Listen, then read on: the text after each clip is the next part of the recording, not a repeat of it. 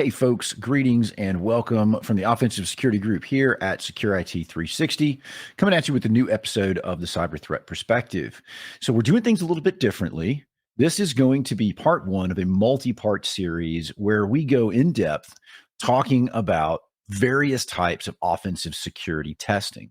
So we're going to cover everything from internal pen testing, which is what we're going to talk about today, all the way down the list to mobile and web, and talk about red team and purple team, with the ultimate goal of giving you a really good idea of how these things work, how we do these things, and what you can expect if you seek these services in today's offensive security market.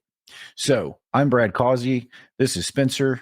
And fortunately for us, part one is internal pen testing, which has got to be one of the most exciting forms of pen testing ever. And Spencer is our resident expert. So tell us about internal pen testing. And I know that there's some big changes, right, that have happened in the recent years that are important to talk about. And so I'll let you run with that, sir. Yeah, definitely. Awesome. Excited about this, Doc. This is what I spend most of my time on.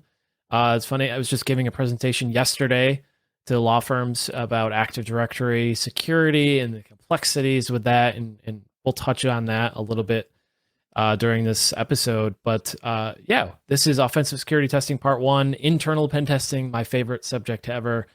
And to start it off, I'd like to just kind of talk about traditional internal penetration tests and what we like to call assume breach or assume compromise. You may have heard that. And I kind of want to just talk about those two, compare and contrast a little bit so we understand what we're getting when we are asking or when we're getting a quote or we're in a discussion or a kickoff call for an internal pen test and for an assume breach pen test.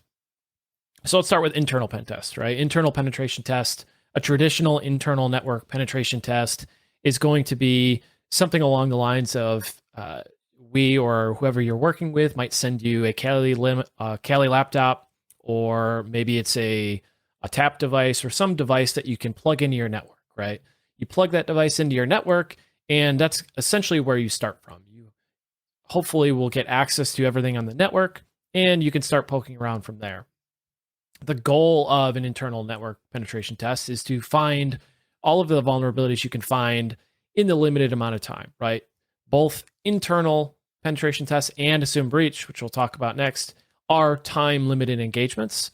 And that's very important to consider because not essentially all of the pen tests that we do outside of red teaming are going to be time and scope limited, right?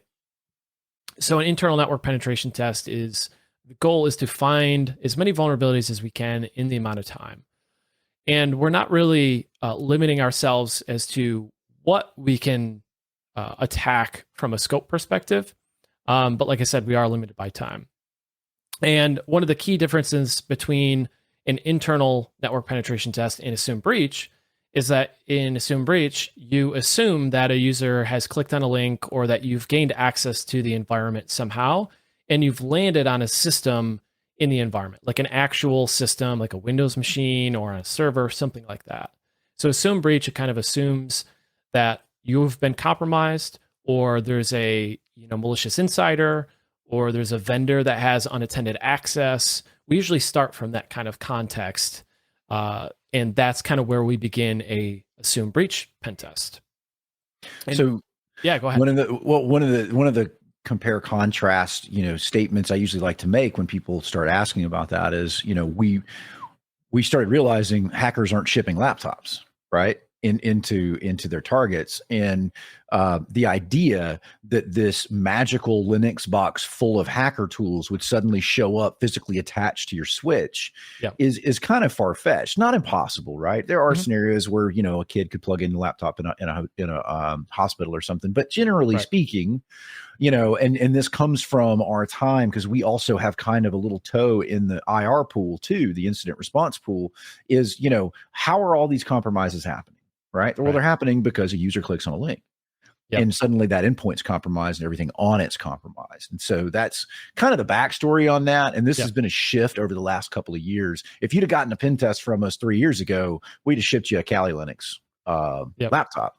And today, we kind of avoid that if we can help it, because it's just not, it's not a realistic presentation. Yep. So Yeah, and that comes down to the goals of what you're looking for a pen test, right? If you're looking for something to simulate kind of a real quote unquote attacker, kind of targeting your organization, your firm, getting access, and then what can they do from that standpoint? Assume breach is going to mimic that in a more realistic scenario, right? An internal network penetration test, while not as a realistic scenario, you still are able to find vulnerabilities on the network, and you're still able to test certain things. It's just a different type of test, and there's different goals associated with those. But a lot of our clients, like you said, because of how prevalent ransomware is and phishing and social engineering, a lot of clients that we work with, and I'm sure you're thinking the same thing listening to this, is, well, I want a realistic, thing. I want to know what would happen if somebody does get access to Susie in accounting's computer. Like, is my EDR going to stop it? Is my antivirus going to, detect the tools that the attacker is using as malicious? Is my if I have quarantining enabled, like a lot of EDRs have automatic quarantining, is that working properly? If an attacker jumps to a server, is it just going to turn off one of my critical servers? Right. These are all things that you can start to kind of test with Assume Breach. Now, obviously, there's a discussion there about the intent of the response and how well we can test it. But that also ties into the goals. Is with an Assume Breach pen test, we can, like we said, more often simulate kind of a real attacker kind of performing real actions on those endpoints, and then test those controls that you have in place and how well your controls are working against those types of threats. Sure. And that, kind of before we move on from it, to talk about the other benefits of Assume Breach that I think are important to understand beyond, a traditional internal network penetration test, is unless we pivoted onto an endpoint, a user's endpoint, which the reality is we're low priority targets in internal network penetration testing, right? High priority targets are things like servers and shares and things of that nature. But, why would we want to pivot onto an endpoint that a regular user is using? But the problem with that is the security of that endpoint, which again is the front line for most of these organizations. We never look at it. Right. So Susie in bookkeeping, we might not ever see the fact that she has this huge list of exceptions in her EDR platform, which creates a huge amount of risk. And so we wouldn't see that in an internal network pen test. So what we like to call the security posture of the endpoint is almost not usually looked at all in an internal network pen test. Whereas we do that, right, in an Assume Breach model. Yep, definitely. One of the key things that we do during our Assume Breach is we do put that endpoint through its paces. We look at the configuration of that device, the build, how, we look at the applications that are installed. If there's misconfigurations with those, that could lead to privilege escalation or other vulnerabilities. So we do put that endpoint through its paces as part of our Assume Breach. That's usually a day one, is kind of as part of reconnaissance. We look at the configuration of that endpoint. And the findings are somewhat similar, but there are some stark differences between an internal network penetration test, or the findings that we typically see, and the findings you would see on an Assume Breach pen test. Like you mentioned, on an traditional internal, you maybe spray the network, maybe you get credentials, and maybe you elevate privileges and things like that. But like you said, you might not get access to a workstation, for example. Maybe you do, maybe you don't, but there's some things that would typically be different for those two engagements. And like you said, you might miss things like the exceptions in the antivirus and things like that. Yep. Yeah, no, I think in that, to me, alone is a big enough selling point. Like, oh, you're going to look at my endpoint security and you're going to tell me how to make that better. Well, dude, that's worth the price of admission right there. And so what else are like really big kind of, elephant in the room kind of things that you look at when you do this internal Assume Breach pen testing?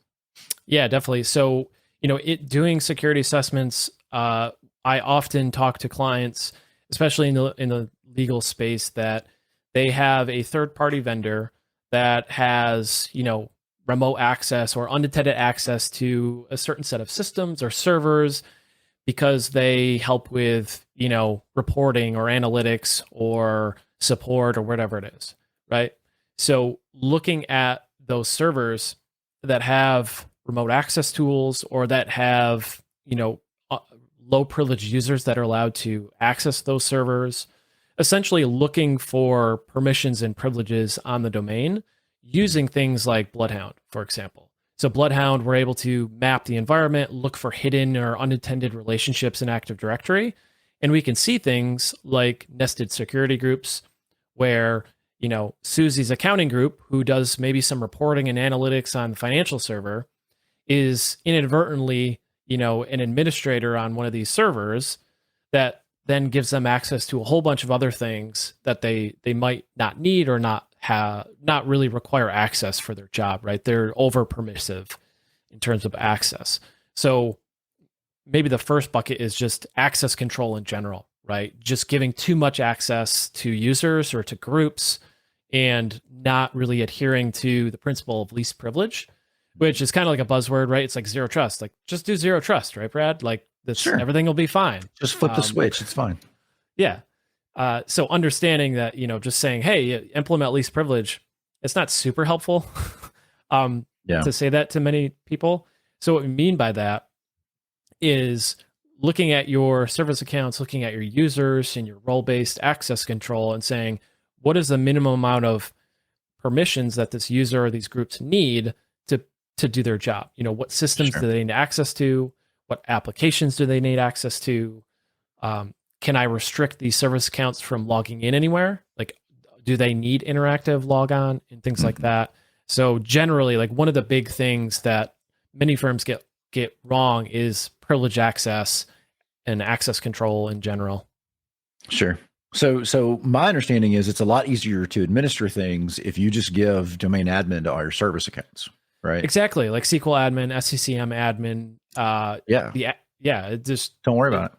It's common to Kerberos those accounts, and they have weak passwords. And then, fortunately enough, or unfortunately, that SQL admin is just a member of domain admins because, like you said, it just works. It's easier to do than delegating granular permissions. Sure. Yeah. And so on that note, you mentioned approaching it with using Bloodhound. Are there other tools? Are there other kind of big targets, if you will, that you commonly run up against or test for? Yeah, I mean, I don't think we can have an internal pen testing discussion without talking about file shares. Without talking, we have an entire podcast on just that subject, and we're still talking about it because it's everywhere. Yeah, so I did a presentation yesterday on Active Directory security for law firms, and the number one common finding that we see on these internal pen tests is plain text credentials on file shares. It's so common. I think it was 85% of the internal pen tests that we do, we see plain text credentials on file shares. Wow. And in 75% of those cases, it leads to domain admin. So, we were just on a pen test recently. We literally came across kind of the same thing that Uber was faced with. A PowerShell script on a file share that had an admin password that got us access to something else that eventually led to domain admin.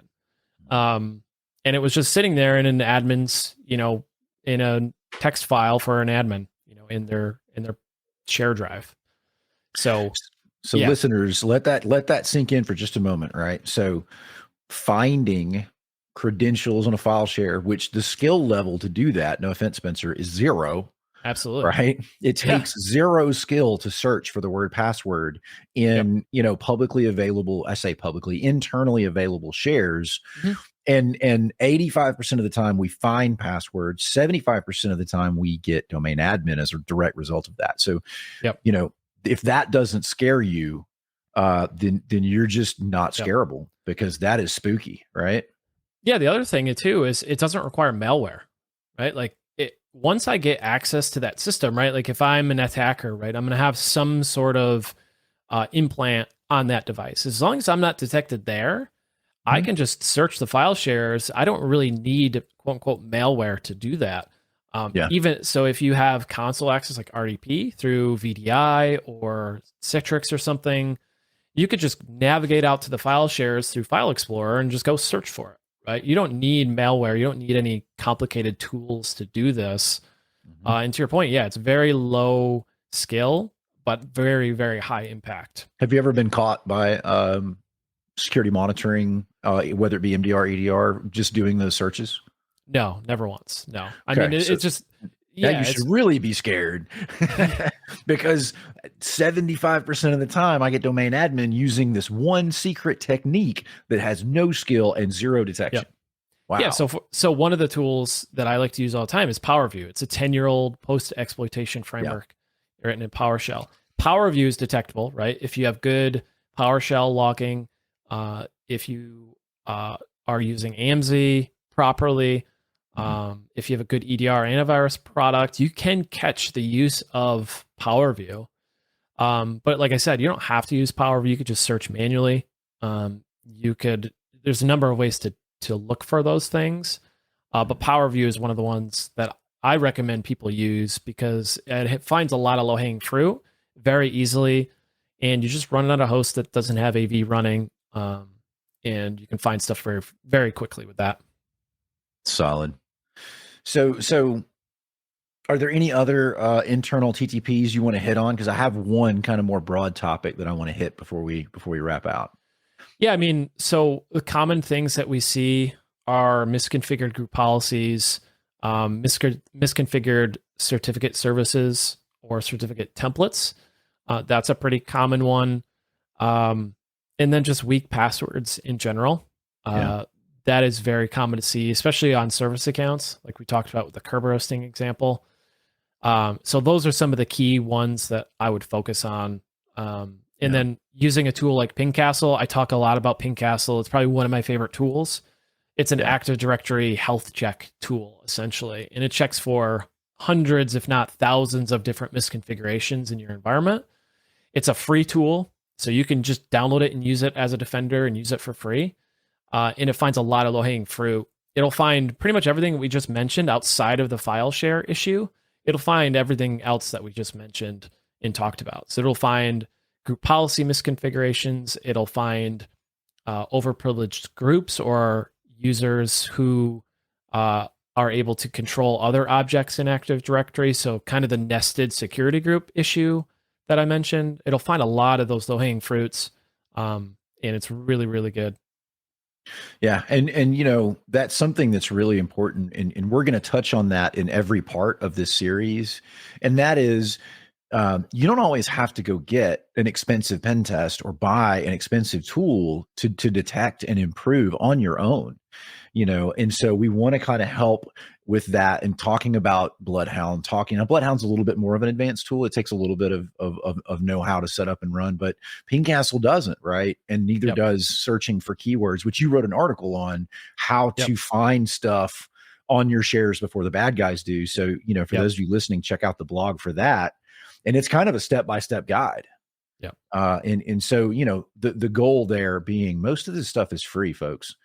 You can really do a great deal to improve yourself from a blue side or a defensive side by just, you know, understanding where the big threats are, right? And we're going to help you with that. And then, you know, understanding how to find those, and we're going to help you with that too. So speaking of blue team though, isn't that a big part of internal pen testing, right? I know that you go up against all kinds of EDR implementations, MDR implementations. You go up against lots of MSSPs and SOCs, and you know, so how big of a piece of internal pen testing is that? And you know, should people be thinking about that from a goals perspective coming into it? Yeah, definitely. I think that's maybe one of the biggest asks that we get on internal pen tests is, are you going to test my MSP or my SOC, right? Are you going to, what happens if you get detected? What happens if you don't get detected? What happens if they're not sending us alerts, right? That's oftentimes a big concern for a lot of firms, a lot of organizations when we do internal pen tests, because we're operating on that endpoint. We're running things. Some of the things are quote unquote, you know, malicious or should be detected as malicious. And so when we do those tests, that is a good opportunity for you to put that SOC, that MSP, through its paces, right? When we're executing Power Review, for example, are you seeing that? Are you logging those PowerShell commands? And is that SOC detecting it? Because many times when I run Power Review, I might patch AMSI, but the PowerShell commands are still getting logged. So they should still be detected as malicious, especially Power Review. Power Review has been known for 10 years now, and it's been out in the wild. So if your SOC doesn't have detections for Power Review, that'd be something to talk to them about.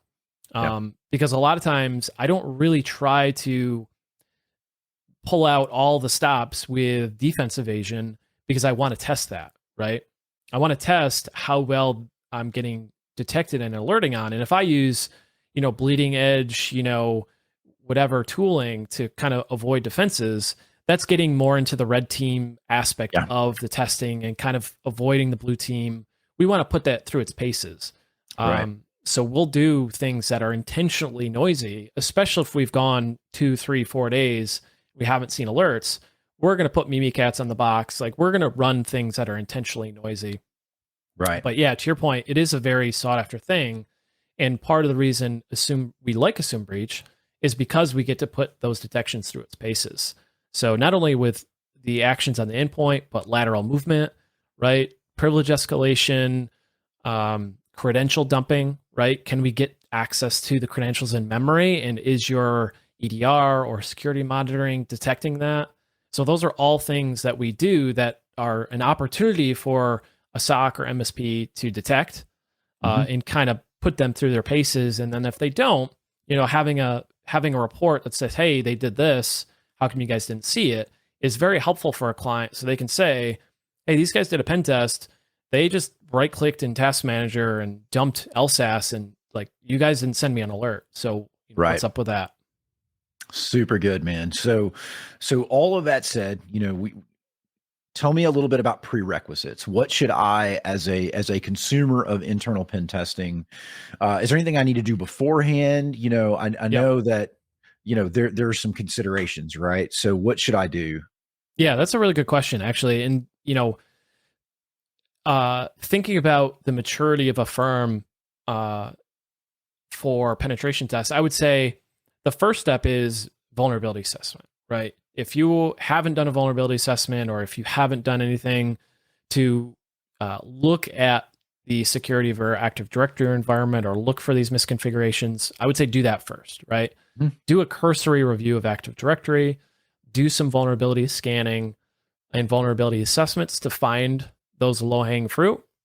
And then from there, I think it's a good point to start to look at an Assume Breach pen test as the next step. After you've done your vulnerability assessments, you've got a comfort level, you've removed or eliminated, weak passwords on your environment. You've done some of those cursory things. Then I think it's a good point to start looking at an Assume Breach pen test. Perfect. So yeah, no, that makes perfect sense, and so the blocking and tackling the basics, right? If you haven't patched in a year, maybe an internal pen test isn't your jam right now. And so, get those basics out of the way before you do that. And that really just ensures, we don't get any satisfaction out of coming in and just tearing everything apart. We want to provide you with value, and hopefully that means that we're kind of past the rudimentary stuff, and we're starting to get into some stuff that it's harder for you to figure out, and that's why you would want us to be there. Yeah, likewise with antivirus and to some extent EDR, but mostly it's when clients have antivirus or they don't have any antivirus at all, and they're just kind of running vanilla Defender. In terms of what we do, that'll end up being kind of not a finding on the report, but kind of a recommendation, right? If you're using something off the shelf like McAfee or Symantec or something, or just straight up Defender, like Windows Defender, the home version, we'll get around that fairly easy. Most attackers will get around that fairly easily. So the recommendation as a result of that would be, hey, you need better visibility on your endpoints. You need to invest in a better endpoint security solution. That too is kind of a segue. Once you've got a good EDR in place, you've got maybe some monitoring set up, you've identified your vulnerabilities to some extent, and you're starting to work on those, you're patching regularly. then it's time to do that internal pen test, the assume breach pen test. Solid. It makes perfect sense. So there you go, folks. I mean, that's the rundown by the expert himself on assume breach pen testing, right? And if any of that stuff sounds interesting to you, or that kind of piques your ear, and you're saying, "Wow, I have no idea what my nested groups look like," because by the way, the only way you're going to find that out is if you seek that specific problem, or you bring in somebody like Spencer. And so there are these kind of skeletons in the closet that can be found. And so if that sounds interesting to you, then maybe getting an assume breach style of internal pen test would be beneficial to you. And so, kind of in conclusion, look for other parts, right? So we're going to talk next about external penetration testing. We'll also talk about all kinds of other great stuff in the rest of this series. And so if you found your way over here from somewhere else, please like, subscribe, and follow, or however you're consuming this on whatever platform, and check us out over at offsec.blog. Other than that, you folks have a great week.